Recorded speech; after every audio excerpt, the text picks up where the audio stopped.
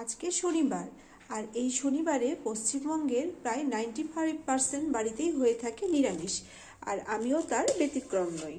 আজকে বানিয়ে নিব নিরামিষের বিভিন্ন আইটেম লাঞ্চের জন্য। চলুন দেখে নিই।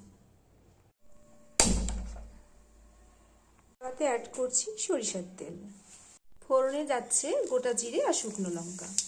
আজকে বানিয়ে নিব মূলো আর গাজর ভাজা। পাতলা পাতলা স্লাইস করে কেটে নিয়েছি। এটাও কিন্তু গরম ভাতের সাথে বেশ ভালোই যায়। অ্যাড করছি স্বাদ অনুযায়ী লবণ। এখানে আমি কোনো রকম হলুদ গুঁড়ো ব্যবহার করছি না, শুধুমাত্র লবণ দিয়ে ভেজে নেব। এটা এমনিতেই এত সুন্দর দেখতে আর বেশ কালারফুল। পনিরগুলো আমি কিউবস করে কেটে নিলাম। এদিকে ভাজাটাও হয়ে এসছে, এবারে নামিয়ে নেব। ভাজাটা তুলে নেওয়ার পরে কড়াই অ্যাড করছি সামান্য মাস্টার্ড অয়েল, আর ফোড়ন হিসেবে যাচ্ছে 5 ফোড়ন শুকনো লঙ্কা। বানিয়ে নেব টক পালংয়ের চাটনি। এগুলো আমি ভালো করে ধুয়ে নিয়েছি, ধুয়ে পরিষ্কার করে নিয়েছি। আপনারাও যখন ধুবেন বেশ ধুবেন, তারপরে ভালো করে ঝাঁঝরা থালাতেও ধুয়ে নেবেন, তাতে করে কোনো রকম কিচকিচ করবে না। এবারে তেলে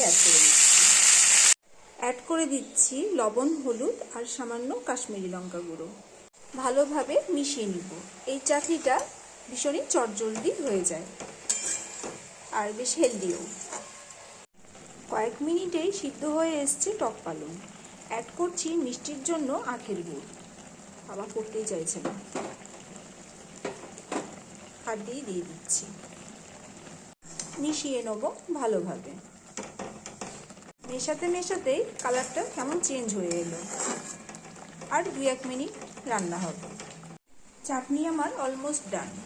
এবারে গ্যাসের ফ্লেমটা বন্ধ করে ছড়িয়ে দিব রোস্টেড লঙ্কা জিরে গুঁড়ো। মিশিয়ে নেব ভালোভাবে। পনিরগুলো আমি কয়েক ব্যাচে লাল লাল করে সব ভেজে নিলাম, এবারে তুলে নিচ্ছি।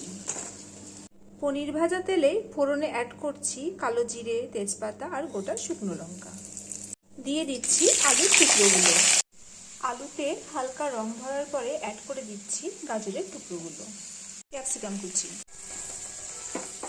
টমেটো কুচি, লবণ, হলুদ, কাশ্মীরি লঙ্কা গুঁড়ো, ধনে গুঁড়ো, জিরে গুঁড়ো।